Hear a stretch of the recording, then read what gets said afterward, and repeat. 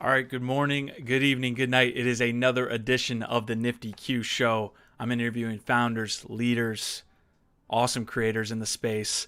We have one here. I'm sitting with DJ, co-founder of MetaGoons. We are going to talk everything about the play-to-earn economy. We're going to talk about the rise of guilds in the NFT gaming sector and how MetaGoons is positioning itself to capitalize in 2022. DJ, I'm excited, man. We had a conversation before where it was just me and you kind of riffing on the guild sector and everything that's happening. But how are you doing today, man? I'm excited to get a little bit deeper into our convo.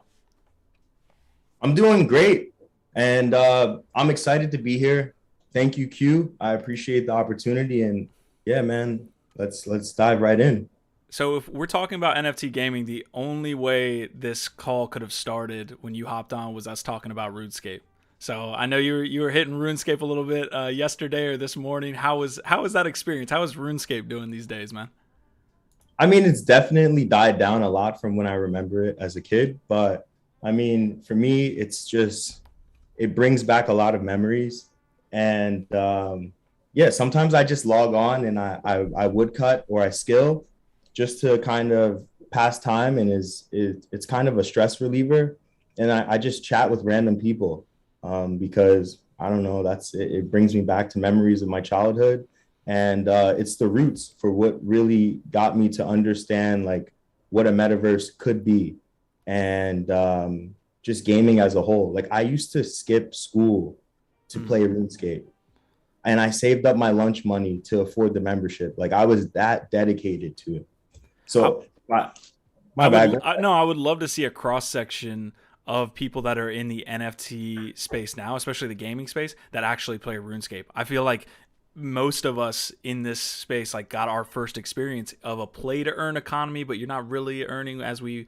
really know without this Web3 implementation. But I'm sure there are a lot of us that actually played RuneScape in this sector.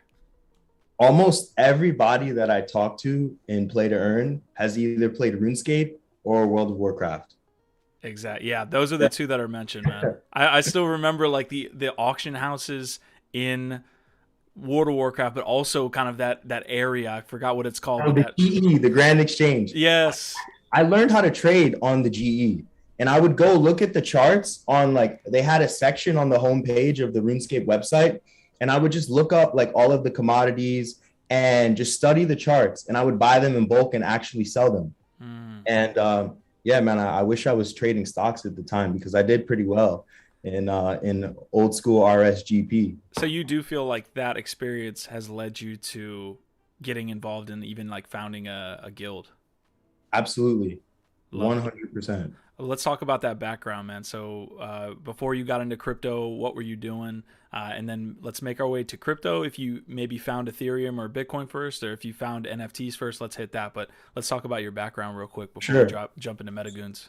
So it at the end of the day, it starts with gaming.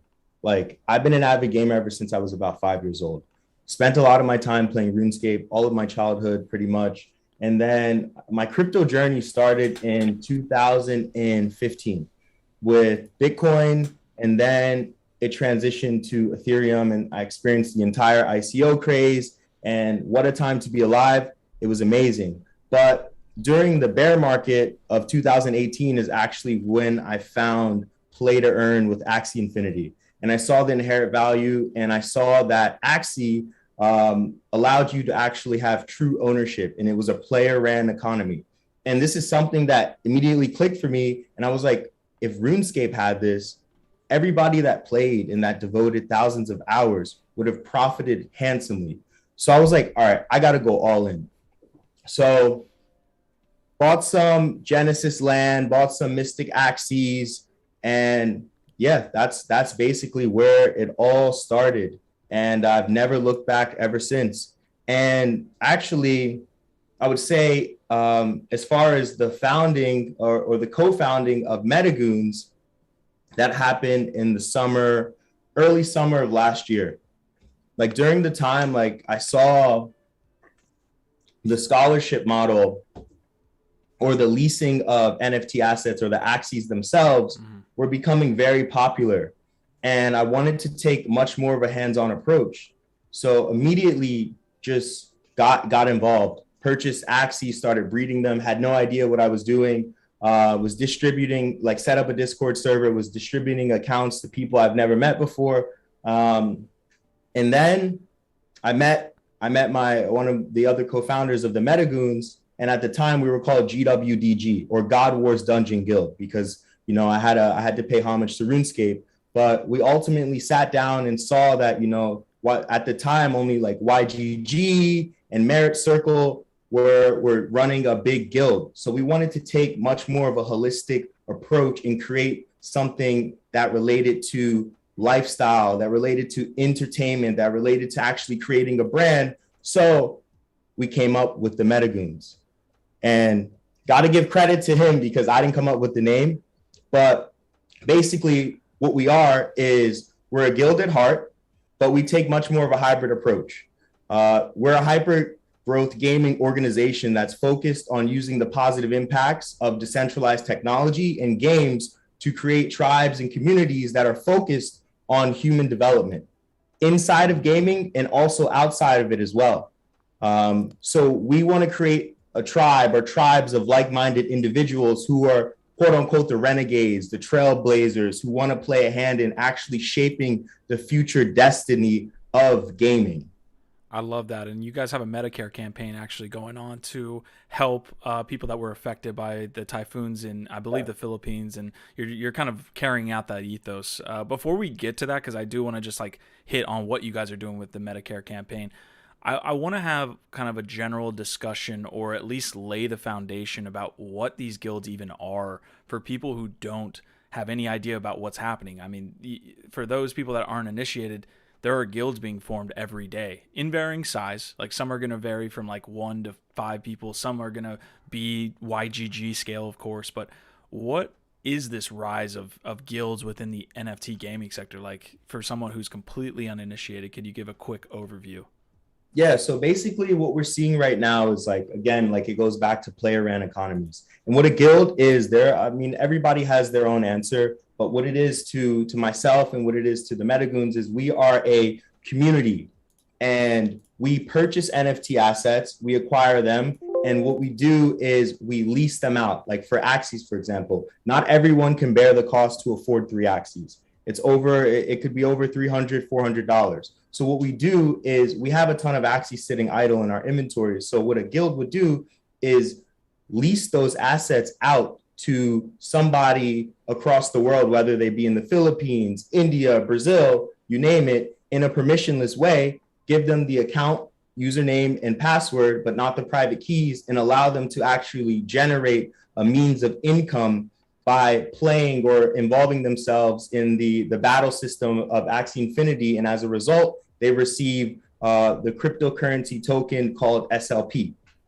And they're able to earn that, and we give them a cut. All of the guild's cuts are different. We give our players 70%, okay? And we take 30%. And as a result, they're able to actually transform or convert that currency into USDC, Ethereum, AXS, whatever they want. And it actually allows them to pay for bills, pay for food on the table for their families, support their families, hospital bills. And that's huge, man, because we've never seen anything like this ever happen before in gaming. And yeah, it took off a lot when COVID started to ramp up. And in places like Venezuela, like the Philippines, like earning an extra few dollars a day really makes a difference. So this is something that's impacting people globally and changing lives. So that's basically what a guild is. And as like we see, this is still like new territory. And we haven't really seen the mass effect of what it could be. So a lot of these games are not online yet, or they're not fully developed. So guilds are going to transition, and we're going to see different flavors of guilds. Like more guilds are going to offer a guild as a service, or more guilds are going to offer like analytic tools or tools for players to use. And other guilds are going to be focused on what you were saying earlier, just like allowing people to get a chance to play and not even like maybe not even make money, but just play the game. So the actual process of lending the asset out to a player from a guild's perspective was kind of pioneered by Axie Infinity, right? It's this scholarship aspect. Right. Is take me through the actual technical process again from someone who's uninitiated. What is the process of someone sitting down in the Philippines or in Europe or anywhere in the world and renting out an asset from you, playing the game, earning something, and then giving you a cut? How does that actually occur technically? So us as owners obviously have the private keys, but even just taking a step back. So the scholarship model was created in the Axie ecosystem, but was really institutionalized by somebody in the community that goes by the name of AK. And he is the grandfather of the scholarship program. So all praise to him. He's done a phenomenal job, still is.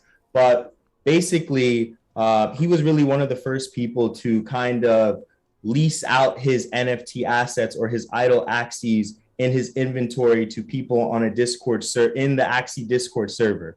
And what he did was he literally just set up accounts with usernames and passwords and individual wallets and would distribute it to people in the Discord server.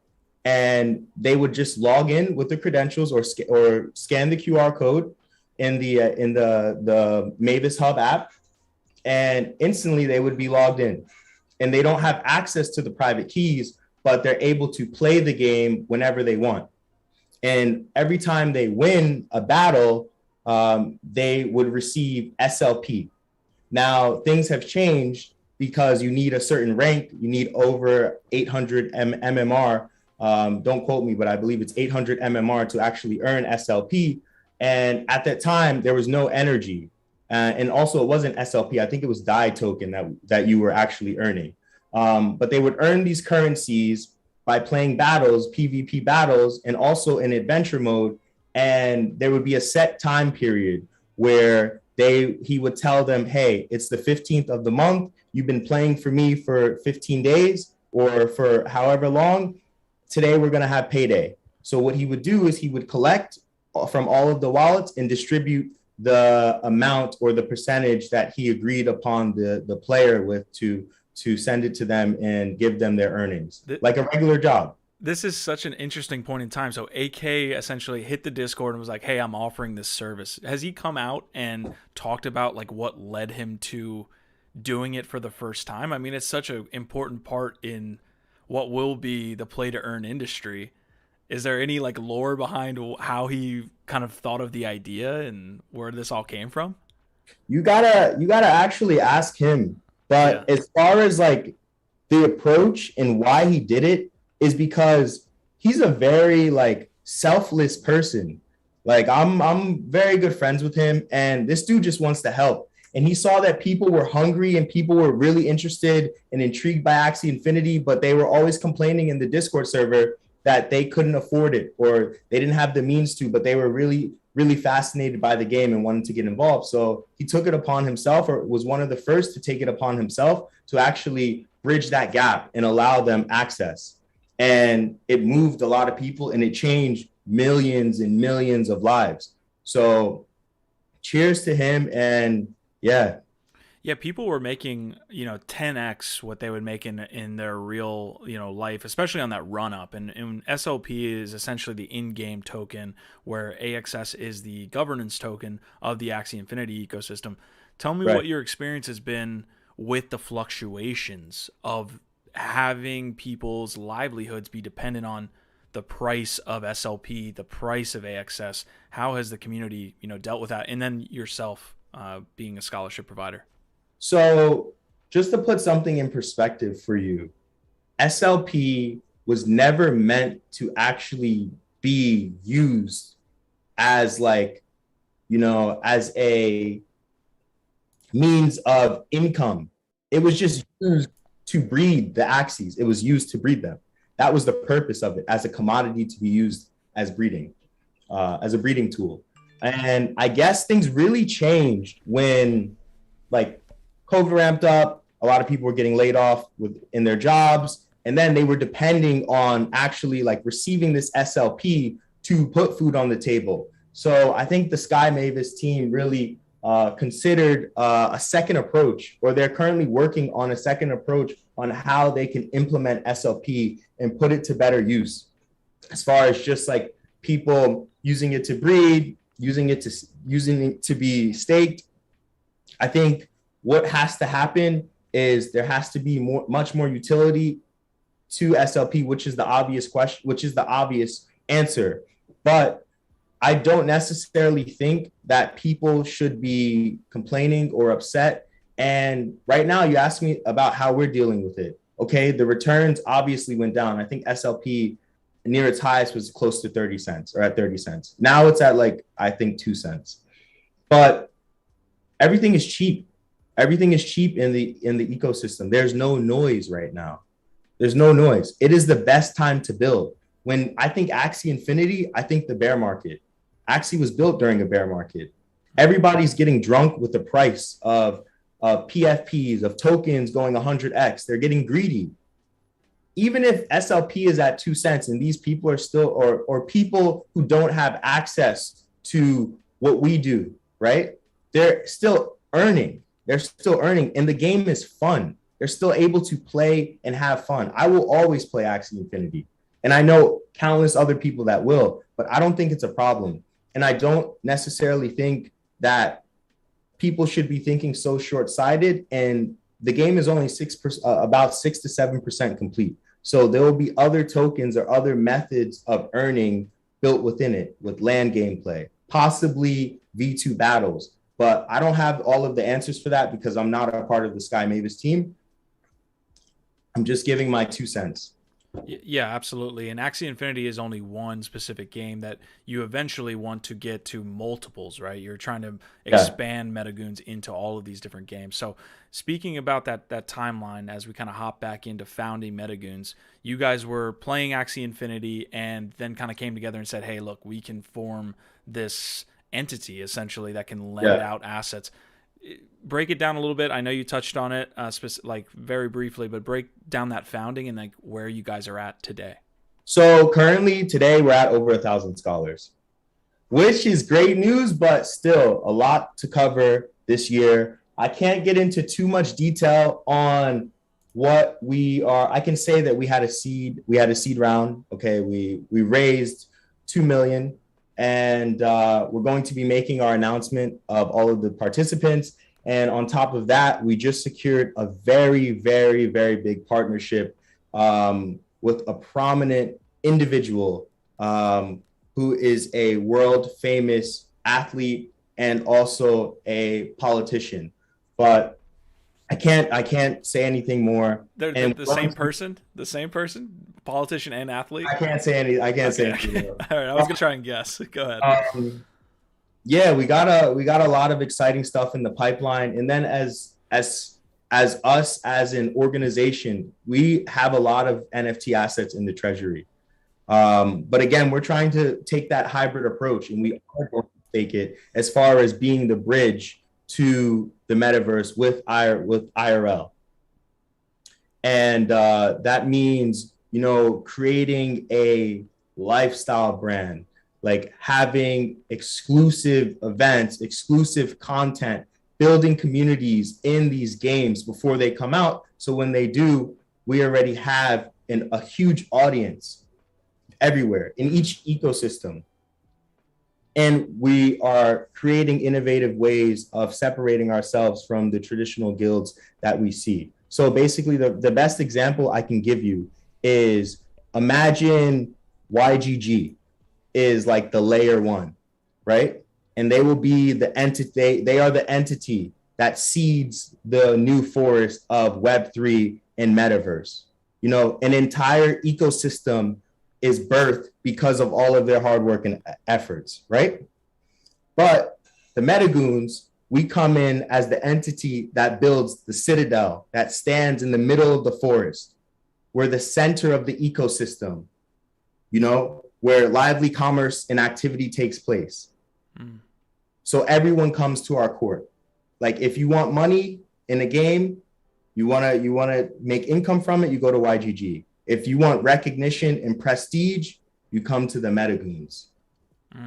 So let's talk about the business model here, because you mentioned merchandise, you mentioned becoming kind of a lifestyle brand. Of course, that's like something we see in gaming orgs now too. Like 100 Thieves, I was just on their website the other day, Yeah. and it took me forever to even find the gaming part of the website. Like it was all like culture and brand. So let's talk about the business model. You guys raised 2 million. Congratulations on that, by the Thank way. you. That's awesome. Is there plans to have a like pseudo like to use a comparison like a YGG token? Is there plans for like a MetaGoons token down the line, or what are you Absolutely. guys' plans for growing that treasury and diversifying and things like this?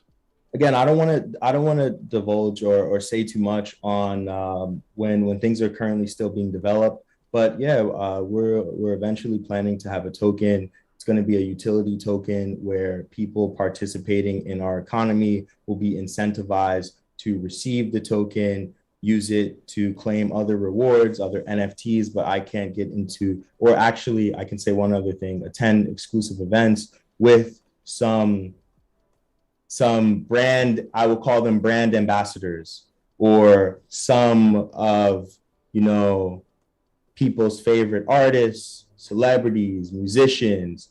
And that's where we're really getting into what MetaGoons is, as far as, bridging the gap Mm. to So not tech savvy people or individuals. that's a whole nother discussion on why NFT gaming is going to be 2022, right? Like you have this adoption that can occur because it's not so much technical jargon where someone can come in to crypto through the gaming sector, and I think that's an important piece. So touch on that treasury and kind of business model a little bit more, because the business model for you know your traditional, I guess, NFT gaming guild would be we lend out assets, we get a little bit, we get a cut, an Right. 80%, 70% cut, we grow our treasury. Are you guys buying NFTs then with the assets that you are getting from that business model, and how are you like diversifying that treasury and things like this? Like how are you thinking about that stuff long term? So as far as what we're doing right now, like our bread and butter is obviously Axie Infinity. A lot of the other games right now are seeing the issues that are happening with SLP. So what we do, or our approach is, we talk to a ton of gaming founders every single day.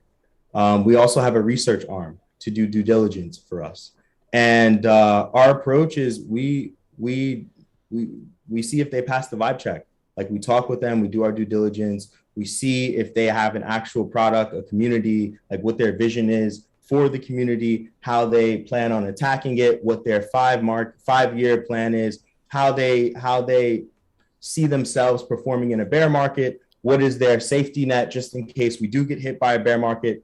And yeah, I mean, all of our assets currently right now are in play to earn metaverse games like Cyball, Cypher, Treeverse, Ember Sword, Star Atlas, Axie, obviously, Solar Bots, and yeah, man, we're not taking a shotgun approach. We All of the games that we're involved with, we want to have a very, very close relationship with the founders in the community there in the team. I think that's the only way that really makes sense, and we want to make sure that we're partnering up with games that have a backup plan, or have a plan B, because ultimately the music is going to stop. Like, we're in a mania bull market, and the teams, or the gaming developers that are going to survive are the ones that have capital in their treasury to develop and pay their team, and also reward their communities for the next 4 to 5 years. So you Because, mentioned, go ahead, keep going.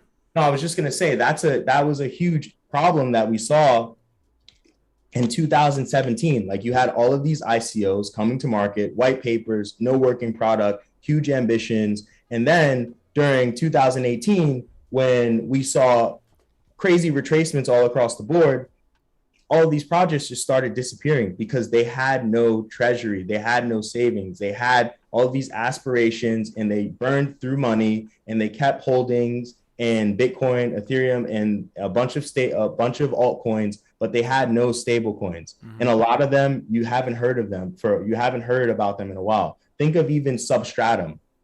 Woo! Woo! They ended Hey up man, shorting the market at the bottom. They shorted the market at the bottom, and they yeah. got completely wiped out. So we want to Us- make sure that we are not in a position or we're not associated with companies or organizations that are doing things like that. We want to make sure that we're associating ourselves with companies like Sky Mavis, yeah. you know? Yeah, absolutely. And I love that Substratum just came up on the podcast. That's a shout out to another time, man. So you mentioned Sub, which I bought, in ICO and all that stuff, and that was a fun time. It was really a Wild West. We're kind of seeing a little bit of a shade of Wild West, as you mentioned, like within especially the gaming sector right now. Just as an aside, what other tokens, altcoins, did you get involved in back in the day? Just so Oh, I could. back in the day, okay. I had during the ICO craze, I had Utrust, I had You tr- Zilliqa, I had Substratum, I had Encash, I had Funfair token. hmm. What else did I have? I had EOS. Um, Yep. EOS. What else? What else? I had a ton. Yeah. I had I think OCN. Um, one more wow, man. one more question, because man, EOS was definitely my biggest bag. I had everything that hit Binance, man. That was the time of Binance for sure. Oh uh yeah.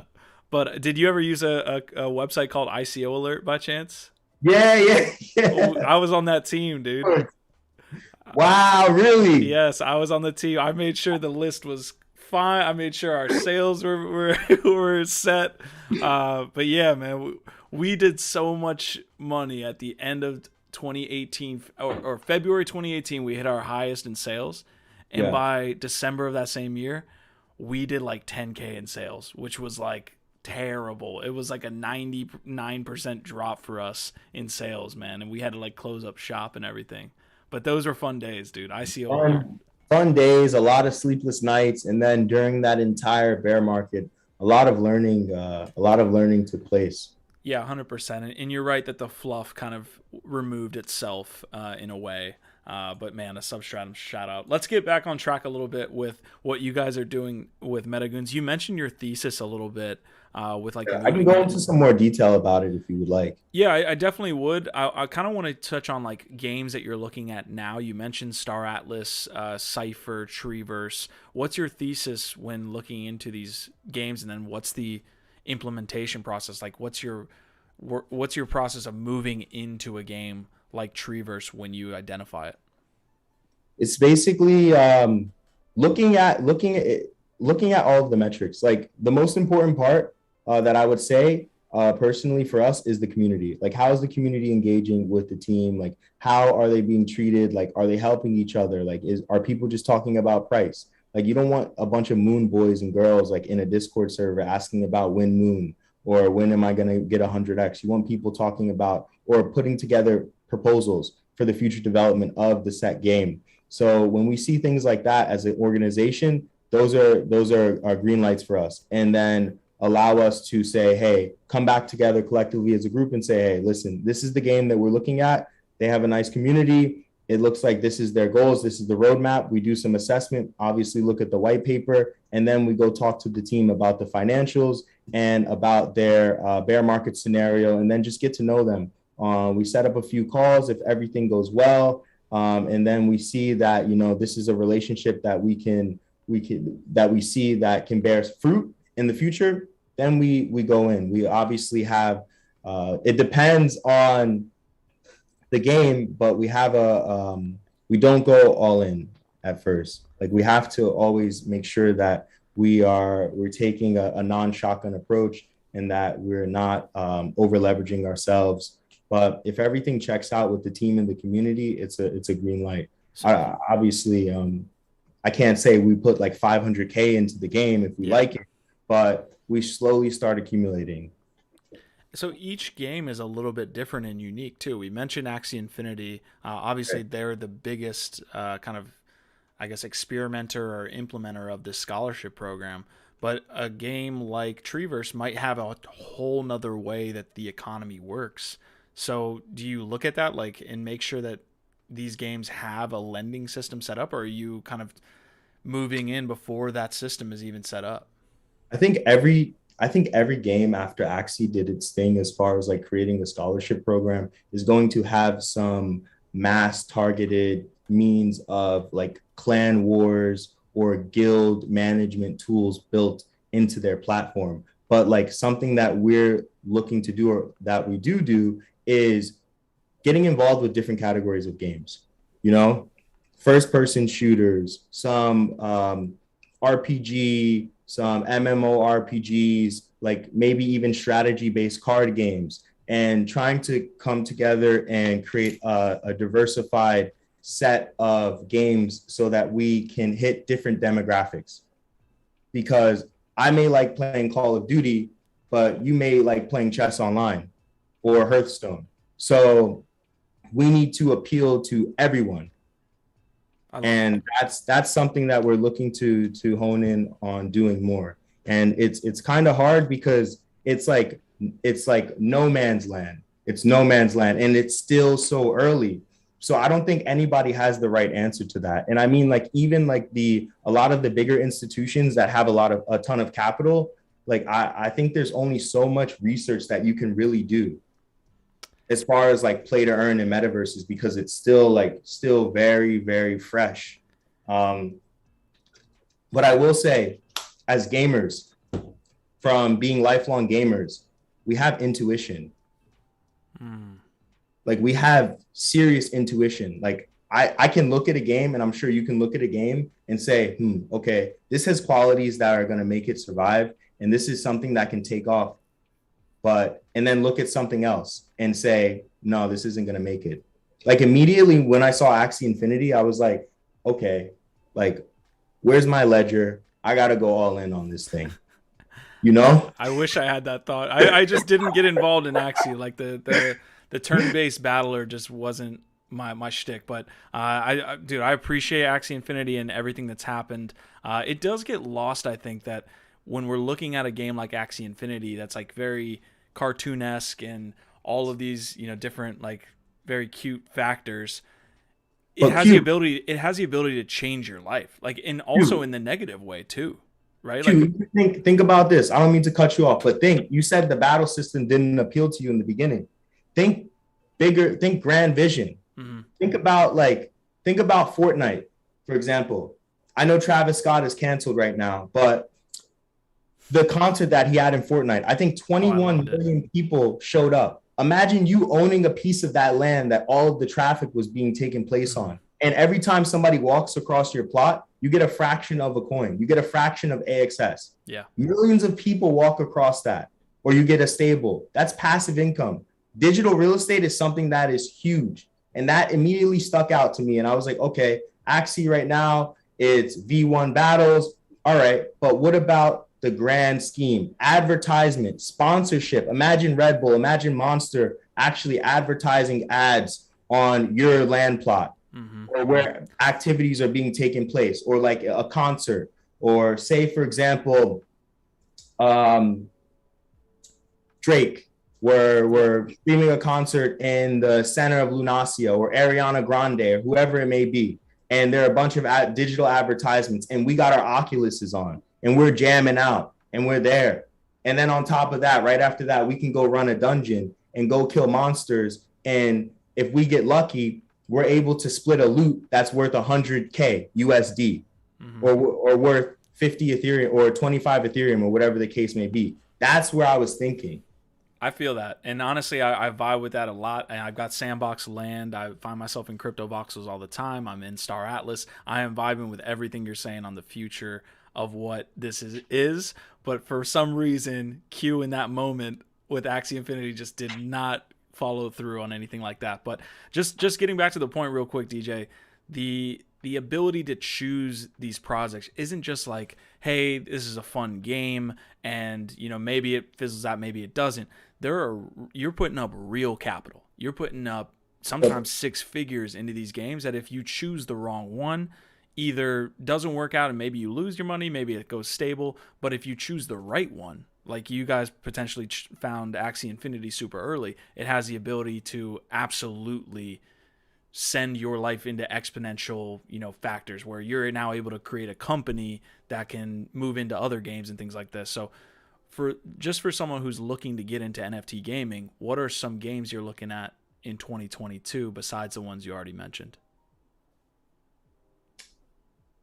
Well, the ones that I mentioned are a lot of is where our focus is right now. Got it. And I'll get back to that question, but I also want to say when somebody's assessing a game, like it makes sense for them to actually break down the token dynamics or the utility behind the token or the governance token that they're actually or that players will be earning within the gaming ecosystem. That's something that's very important that we do. And it could be obvious, but I know a lot of people don't do that. Mm-hmm. And like for example, going back to the SLP factor, like a lot of people are upset with, I guess, the price of SLP, but they're not really thinking about what the utility will be in the next 6 months. And they're focused on running a scholarship program, making a ton of money, and then exiting because the SLP price spiked 300% or whatever the case may be. So I think doing a deep dive on all of the tokens associated within the gaming platform and seeing the utility and how it's going to be distributed to the community is a huge part in doing due diligence into a project. Love it, man. So at the end of the show, I do want a little bit of those alpha pieces for someone who's watching and maybe doesn't know a lot about the NFT gaming sector, Yeah. what games might be available. So we'll get back to that question. Let's hit on MetaGoons a little bit more before we kind of jump out. You guys did you have that Medicare campaign going on right now. Yeah. What other things are on your roadmap or are actively happening within MetaGoons besides the raise that is about to be announced? Well, we have a lot of partnerships we're about to announce as far in the gaming atmosphere. A lot of philanthropy events that we're going to be running with some of our brand ambassadors. We're going to put together some tools that are going to be that are going to allow gamers, not just in the Axie ecosystem, but in other upcoming play to earn games, are going to be able to utilize these tools on an everyday basis and come to our platforms, whether it be our website, whether it be our Discord server, and immediately have access to them. And then as far as exclusivity, like all of our members will be able to be included in our events that we will be a lot of events that we will be having in the year of 2022. We actually ended up doing the Axie rally in New York during NFT New York. Oh, And you were there? yeah, we put the event together for them. Oh, that's awesome. I totally missed that, man. I was at a couple other events that week, but I totally missed it. I'm gonna have to hit an event with you guys definitely now that we Yeah, so connected. we're gonna be doing that with a bunch of our other gaming partners, and also we're gonna be having a gaming retreat this year at some point. Send me the invite. Yeah, yeah, of course, of course. So all of the bigger players will definitely be there and show up. But our focus right now is currently like scaling out all of our tech stacks to build out those tools, to build out an wholly integrated website, and then focus on expanding the brand and working on niche ways to collaborate with a lot of our brand ambassadors. But yeah, as far as everything else, it's kind of on the hush hush right now. I can't really disclose too much, but definitely got to say that within the next few months or a few weeks, you will see a lot of great things coming from the pipeline from MetaGoons. I love it, man. Let me give a quick shout out to the chat really quick that is here today. If you guys have any questions for DJ here and on the Play to Earn economy on Gaming Guilds, please drop them in chat. Nice to see Mass Mage, Hash Rhymes, Llama, Enrich Studios, ESP Academy, and Sujoy in the house here today. Again, leave your comments, leave your questions. I did have a question, DJ, and it kind of just slipped my mind. So I do have it. As far as the tools that you guys are looking to implement in your Discord and maybe on your website and things like this, what are those things that your scholarship users need, right? Like what are the tools that need to be used and are being asked for by your community that you're looking to implement? You said that are not being asked for? Or that are being asked for, that are just things that need to be implemented within your ecosystem. Kind of just looking at what these users need and what you're going to provide. So, for example, like even something as simple as like helping them build their rank, like having access to like coaching from like top players, like coaching that's associated with their specific team. Getting a rundown on what to do if you're playing up against this team, what you can do if you're playing up against this team, and allowing them to actually counter those moves and get a mentorship program or educational program within the say for example it wouldn't be a drive, but they're able to click on something, click on the team that they have, and have access to a step-by-step tutorial on how to use that specific team. Also, when it comes to slp claim should be something that's automatic so that they don't have to rely on anybody or the manager to give them their funds, and also may make them feel much more comfortable. All they have to do is go on a Discord server, click SLP claim, and boom, it already is sent to their wallet, so they don't have to worry about anything. And then also another tool that would definitely be useful is an automatic Axie swap or Axie request system, where there are a bunch of pooled inventories that we have, and all a potential scholar would have to do is go register and then click on the requested Axies. And if that Axie is available and if they have a certain MMR rank, they can click and then it'll swap on chain for them. So a lot of those tools are just automating a manual process that's happening that is like, I feel like leading to, I know I've heard some I'm like dropping alpha, man. I'm dropping alpha, bro. dropping Matt Alpha, man. I appreciate that. You're automating a lot of processes there, which is good. The other Yeah. piece that you mentioned isn't kind of related to automation. It's more related to coaching. It Right. leads me to the question that about kind of the play to earn mechanics in different games. Axie, I believe, is set up where you just have to play the game, like, or maybe you have to win. You school me on this, but I wonder how you think about this process of the actual skill being involved, because then you're getting into the situation where only the best players are earning, or the best players are earning more than people who just are casually playing the game. What do you make about that difference in certain games, right? Because you're thinking now like pro players are going to be able to earn the most out of everybody that's playing. Is that something that should exist in a game? I think that's kind of how, like, I mean, it comes down to like hunger. If you want something bad enough, you will find any way to make it work, no matter what it is, no matter what your circumstances, I believe personally. Like if you persevere and you're very relentless, you will get what you want. There are a ton of guides out there. Twitter is a great resource for people to connect. You can reach out to top players and they will give you like a step by step. You can come to us in the MetaGoons. We will give you coaching from top players that are ranked in the 100 leaderboard. I, I And but what about like an FPS now? Because you can only get coached to like peek a corner and pop yeah, somebody. yeah, okay, you got a very good point. But I don't know. I guess I don't really have the answer to that question, but I would say that like I think that's how like everything works as far as like traditional gaming, as far as Web3 gaming. I think it comes down to like your desire to actually want to be better, want to learn, and like first also identifying the problems that you may have.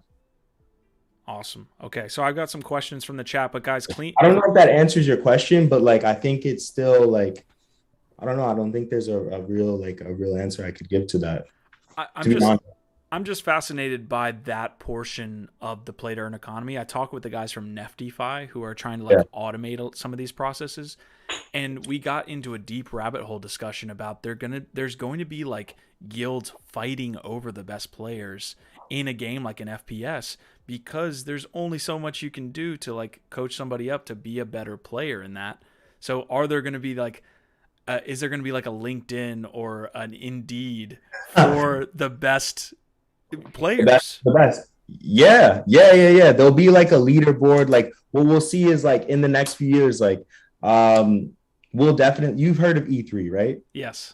So there'll be like a Web3 E3 gaming awards that we're gonna see. Like there's gonna be a ton of these platforms that are able to allow people to connect, game in a permissionless way. So I guess I wasn't really understanding your question, but yeah, I think there'll be some type of platform where people are able to recruit gamers or the best of the best. But I'm assuming it's going to be a hefty price, so you're going to have to incentivize them. But I will say that us at the MetaGoons, we definitely will incentivize you. So if you're a top gamer in Call of Duty or in any game and you're looking to get involved with Web3, please hit me up on Twitter at I got a whiz and send me a DM. We will take care of you. I promise and guarantee that.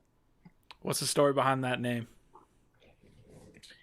Well, I wish I could take credit for coming up with the name MetaGoons, but I gotta pay homage to my other co-founder Jackie, and yeah, the name was we were at his house, at his apartment in New York one night, and we were just thinking about like creating like this vision for this brand that would have this banging ass community that everybody would want to be a part of. Like we could create a brand that would be bigger than like Team Liquid, bigger than FaZe Clan, that could be the actual face of the metaverse. And he was just like, okay, like Meta Cartel, and then he was like MetaGoons. And as soon as he said MetaGoons, we all looked at each other. And this was before Facebook did the rebrand. And we immediately started jumping up and down, like, yo, that's the name, that's the name. And every time we're in a call or we're speaking with somebody and we introduce ourselves, they're blown away. They're like, wow. And then it's to the point now where we like, I'll get random DMs from people that are like, yo, we want the MetaGoons to be a part of this. And then if I'm saying, like, if I just DM somebody or if I'm trying to get in contact with a game, they'll be like, oh, you're from the MetaGoons. And I'm like, yeah, I'm from the MetaGoons. So it's about creating like a brand that is a household name. And I feel like my fellow co-founder, Jackie, hit it on the head with that. I love that. I love that backstory, and it is a dope name. It is a dope name. I did have the question kind of related to your username though. Where does I got a whiz come from? I'm sorry. I'm sorry, man. No, I love that background. I got a whiz. You want to know something funny? Like this, like I got a whiz originated. It was my old RuneScape name, right? And this is gonna sound so messed up, and I'm saying this on like Don't get in trouble. Um, but I took this RS account from, I think it was like one of my classmates, and he was like a high mage. He was like a high mage. And like we were supposed to like, I don't know, like I ended up like changing the password on him or something as a kid. And he didn't have a recovery seed set. And we were like super, super young. And it was a pure mage. So he was able to PK and this account was loaded. So like it was like during my rebel days, and like he had the username I got a whiz, and it always stuck with me because like everybody would be like, yo, that's a kick-ass username, or like, haha, you got a whiz. And I would be like, yeah, like I don't know, it's just something that stuck with me. You got to Forever. reach back out to that guy, man. Say that you're like Yeah. famous now. I'm still using the username. But That's good awesome, times, man. Yeah, so let's talk about something good you're doing, not stealing somebody's account. Let's talk about Medicare campaign. What are y'all do? What are y'all doing for the Medicare campaign? And all relief. Like Medicare again was something that was developed by the team, and it was during the typhoon. So we ended up raising a little bit more than 30 grand, and we actually had team members fly out to help with relief. And it was a 2-week operation, and we gave out food, we gave out water. They helped with rebuilding structures, homes. We actually ended up helping one of our members in the community at MetaGoons. His home was destroyed, so we sent funds to fully restore the house. And yeah, basically a campaign to help with philanthropy and anything that was needed by the Philippines. And it goes further than just the typhoon relief. Anything that happens, like we want to make sure that we're able to give back, and it's going to be a constant effort that we're going to contribute capital every month going forward to help out every community that we're a part, and do a collaboration with our brand ambassadors and other guilds potentially. It's amazing that you guys were able to get that done, and I appreciate the work that you're doing, man. Giving NFTs in this space a good name. How big is the NFT play to earn economy for the Philippines? Like, how big is it in that area? Because I'm on boots on the ground. I haven't been to the Philippines ever. We hear about it. Like, obviously, people are making livelihoods there. How big actually is it? More people have Ronin wallets than credit cards in the Philippines. Like that's how big this movement is. And like Axie is, I'm pretty sure Axie Infinity or the Sky Mavis team, they're anticipating an influx of over 15 million users by the end of, I think it's by the end of this year, which is huge because they have over 3 million users on the platform. And it's a groundbreaking movement and it's a revolution that we're seeing right now because people are literally being taken from their traditional jobs and they are playing video games for an hour and a half to 2 hours a day and earning 2 to 3 times the wage, which is insane. And it's only going to get bigger and better. And then what we're going to see is a legacy shift as these other games come online and people are able to play Axie for an hour. They're able to play Pegasus for an hour. They're able to play Thedan Arena. They're able to play Cypher for an hour, and they can turn this into a full-time wage by having fun. Mm.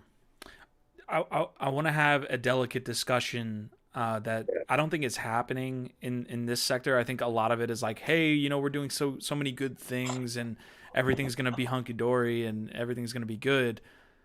Is there a negative to adding a play to earn mechanic to games where somebody becomes almost a farmer, where the game almost like loses its feel because it's like really like soul because it becomes a financial transaction between the gamer and the platform? Yeah, I think that's a very, very good question. And it's actually a question that we ran into when we were talking to one of the co-founders of Twitch during our series seed round. And his issue or problem with the situation with play to earn was, hey, what if this turns out to be similar to like how people were starting like wow gold farms and RSGP gold farms and everything just died down. But I think the answer to this question is that there was no interoperability built on any of those platforms. So there was no way for the developers to have fire under their ass to create more or innovate more. And B, there was no shift. There was no allowance for a shift for players to move their assets from RuneScape to World of Warcraft to Roblox to whatever. But with crypto, all of that can happen cross-chain. You see CyberKongs, for example, collaboration with Sandbox, collaboration with SolarBots. All of this stuff is going to intertwine together and you're going to see parallel metaverses combined together. So I think this will prevent that. And then what we'll see is there'll be free-to-play versions of these play-to-earn games, which then breaks down another barrier and allows people access. So as long as you have internet connection, you'll be fine. You'll be able to play. And yeah, I think that answers a gist of the question, but I think we're going to have to wait to really find out and see how it evolves over time. That was a great answer, man. I've got some questions here that specifically are related to Axie Infinity. Money Match Gaming saying, I wanted to know if they've already finished the SLP claim smart contract for scholars. That might be a question to you guys. I don't know if that's, you tell me. All he's saying is I wanted to know if they'd already finished the Go ahead. To scholars, yeah. I mean, we are currently working on a tool that like we have it 90% complete as far as them being able to automatically claim it in our Discord server, but we haven't released it to our members yet because we're still currently working on it. But that's something that we're going to be doing. As far as like total SLP claim for everybody that's playing Axie Infinity, I don't know. That seems like a question for the Sky Mavis team. But as far as our guild, anybody that comes and plays under us will be able to claim their SLP automatically. Okay. A couple more questions here from the community. Mass Mage is asking, what's the plan to make gameplay more fun in just general the NFT gaming space? I know that's kind of like an overview, maybe a 30,000 foot view question, but what do you think needs to happen to make games that are more AAA when it comes to that? think it would come down to, um, I want to say VR. Mm. I want to say a virtual experience. Definitely. I want to say upgrading it from like graphics is obviously key. Like making more clan-based events. Like for example, like the battle system with Axie, like some people may get bored. Like I don't get bored by doing it, but a lot of people may not seem fit to continue to be immersed or play in that type of environment. But when we think about maybe a player versus monster ecosystem where we can go raid a dungeon or kill a boss and all be in a clan chat and there be like 30 different players. I think those activities make gaming a lot more fun than it currently is right now. But at the same time, stuff like that takes time. It takes time to develop everything because now we're talking about real money here, like you were saying earlier. We're talking about smart contracts. God forbid a gaming developer releases a huge like interoperable system where we're able to merge like millions of players and we're able to set up teams versus other teams, like a hundred scholars versus another 100 scholars, and there's a 500K prize pool, and somebody hacks the smart contract, Mm. then we're putting everybody at risk. So I think a lot of this stuff takes time. So I think we'll see a lot more games that are better produced in the coming years, and a lot of these gaming developers will evolve over time. So you're on the front lines of this, and I want to get back to this question now. Yeah, Potential games to look at in 2022 for someone who's just making their way into this sector. And then I guess my follow up question to this would be traditional gamers are now seeing AAA studios move in, yeah. and there's a huge backlash. I got And some why? thoughts on the second one. Okay, so let's hit on the first one real quick. What I are got some you what are first some one. potential games? What do you got? All right, so have you ever played Gundam? Are you? I think Heard I'm. about Gundam? Yes, I played Gundam. All right, so there's this game. It's called Metalcore. Mm, Something to look out for. Another game, Phantom Galaxies. Yep. These are mech-based games. Also, if you're into like Need for Speed or racing, there's a game that's called Nitro League that is actually coming out. Looks very, very good. And you'll be able to upgrade your cars. You're able to actually use your PFPs, like your Bored Ape or your Cyberkong, as an actual driver in the car. And then you'll be able to actually drive on different I don't want to call them stadium racetracks, and then have a crowd of people actually watching, and you'll be able to join like via like Oculus We Rift. need a Mario Kart 64. Yeah, yeah, We that would be. need it. But yeah, those are three games. And then also like obviously like anybody that's looking to get into play to earn, I would say like first start with Axie, because like they're the ones that started this entire movement. Like they're at the forefront of it. And I think it's a lot of exciting stuff is going to come from them in the next coming years. Awesome. What other game did could I I'm a big fan. I think Illuvium's going to be pretty big in yeah, 2022. Illuvium, and also Big Time. Big time. Yeah, I've heard that. Yeah, I've heard that. So I only have you for like a little bit longer, DJ. I want to go into that second follow up question, which is why is there such a backlash to NFTs being implemented by these AAA studios? We saw Ubisoft came out with it, and the video on YouTube got like 90% dislikes over Bro, 10% likes. because it goes back to the idea of them like being cash cows, you know?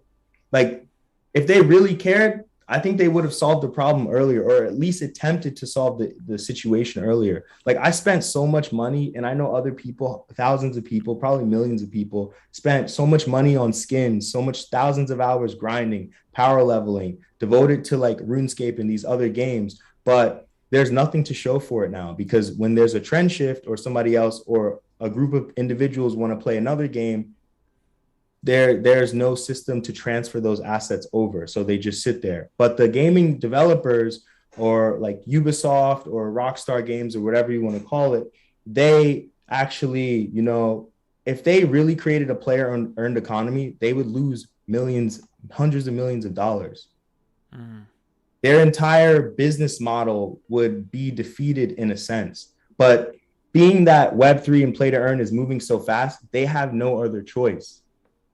like the saying, if you can't beat them, join them. That's exactly what's happening right now. And then also, when it comes back to them being involved in the way that, a lot of these up and coming play to earn games are, they have to get approval from compliance. They have to get approval from the board. And all of that stuff takes time. And also, these are the type of companies that we're talking about, that if they don't understand something, they just acquire it. You can't acquire a game like Axie Infinity. You can't acquire the Sky Mavis team.